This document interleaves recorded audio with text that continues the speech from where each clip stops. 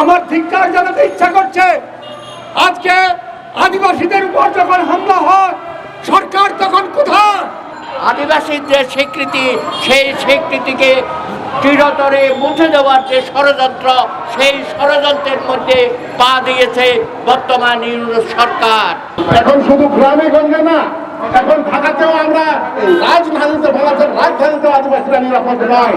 যারা এই আন্দোলনের সাথে, সন্ত্রাসী আক্রমণের সাথে, হামলার সাথে জড়িত, তাদের গ্রেপ্তার করে দৃষ্টান্তমূলক শাস্তি প্রদানের জন্য আমি আজকের এই সমাবেশ থেকে আহ্বান জানাচ্ছি।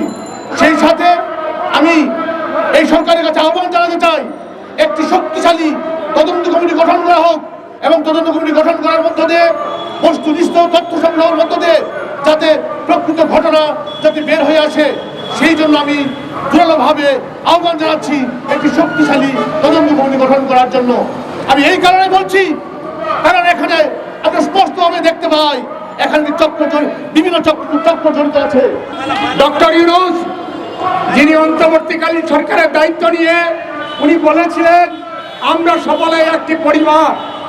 আজকে এখানে দাঁড়িয়ে লজ্জা হচ্ছে, আমার ধিক্কার জানাতে ইচ্ছা করছে। আজকে আদিবাসীদের উপর যখন হামলা হয়, সরকার তখন কোথায়? সরকার কোথায়? সরকার যে এই হকি স্টিক নিয়ে এই নির্মমভাবে পাহাড়ি জনগোষ্ঠীর উপর হামলা চালানো হয়েছিল, আপনারা কি দেখছেন? আপনারা কি তারপরে কোনো বিবৃতি দিয়েছেন? আজকে লজ্জা হয়।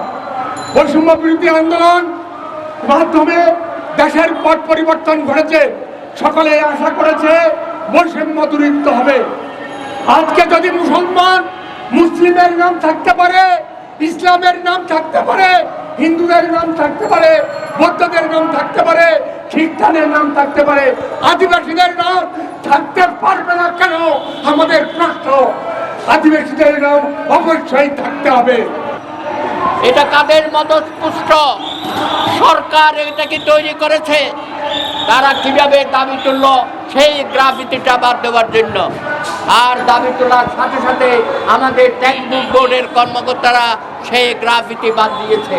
অর্থাৎ আদিবাসীদের স্বীকৃতি, সেই স্বীকৃতিকে চিরতরে মুছে দেওয়ার যে ষড়যন্ত্র, সেই ষড়যন্ত্রের মধ্যে পা দিয়েছে বর্তমান ইউনুস সরকার। বন্ধুরা আমার, এই ব্যাপারে যখন আমাদের আদিবাসী তরুণ ছাত্র ছাত্রীরা প্রতিবাদ করার জন্য মতিঝিলে গেল, সেখানে তাদের উপর এই সভ্রান্তি নামে যারা সন্ত্রাসী, তারা তাদের উপর আক্রমণ করলো। আমাদের পুলিশ ভাইরা, আপনাদের কোনো পরিবর্তন হয় নাই।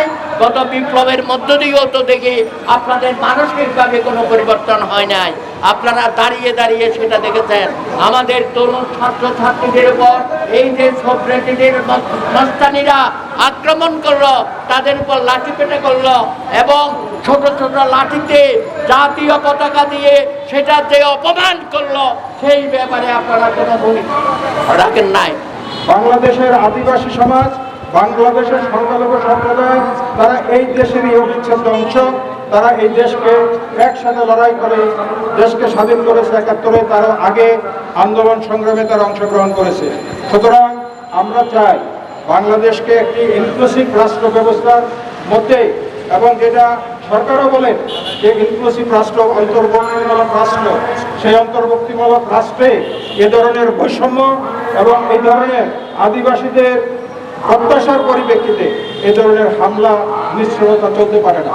সুতরাং আমরা একটি অন্তর্ভুক্তিমূলক রাষ্ট্র ব্যবস্থা দেখতে চাই এবং সকলকে এখানে হরিজন থেকে শুরু করে সকল আদিবাসী, ধর্মীয়, জাতিগত সংখ্যালঘুদেরকে নিয়ে একটি রাষ্ট্র ব্যবস্থা গড়ে তোলার জন্য যে সুযোগ তৈরি হয়েছে, সেটাকে ব্যবহার করে দেশকে আমরা সামনের দিকে এগিয়ে নিয়ে যেতে চাই। আদিবাসী সংক্রান্ত সেটাকেও একটা ভুইফোর সংগঠন, একটা বিভেদকামী সংগঠনের দাবির প্রেক্ষিতে বাদ দেওয়া হয়েছে। শুধু তারা দাবি করেনি, তারা এই পাহাড়ি জনতার উপরে, আদিবাসী ছাত্র জনতার উপরে তারা হামলা করেছে। হামলা অনেকে আহত হয়েছে। সরকার, আমরা আশা করি এই ব্যাপারে কার্যকর ব্যবস্থা নেবে। ঢাকার বুকে আদিবাসীদের উপর হামলা এই প্রথম দেখলাম। এখন শুধু গ্রামে গঞ্জে না, এখন ঢাকাতেও আমরা রাজধানীতে ভারতের রাজধানীতেও আদিবাসীরা নিরাপদ নয়। বিগত ফ্যাসিস্ট সরকারের আমলেও আমরা এত নির্যাতিত হই নাই। আমরা বৈষম্য বিরোধী আন্দোলন করে একটা অন্তর্বর্তীকালীন সরকার প্রতিষ্ঠা করেছি। আমরা কি বৈষম্য নিরসন করতে পেরেছি, নাকি আমরা আবার বৈষম্যের মধ্যে পড়ে গেলাম? এখন জাতির কাছে আমার প্রশ্ন, তারা মিছিলে বলছে আমি কে, তুমি কে, বাঙালি বাঙালি, ঠিক আছে, তবে আমরা কি, আমরা কারা? এই দেশটাকে শুধু বাঙালিদের? ইতিহাস দেখেন, আমরা এই দেশের সন্তান, আমরা এই দেশের আদিম সন্তান, আদিবাসী। এই প্রকৃতি আমাদেরকে চেনে। প্রকৃতিকে জিজ্ঞেস করেন, পাহাড়কে জিজ্ঞেস করেন, জঙ্গলকে জিজ্ঞেস করেন আমরা কে।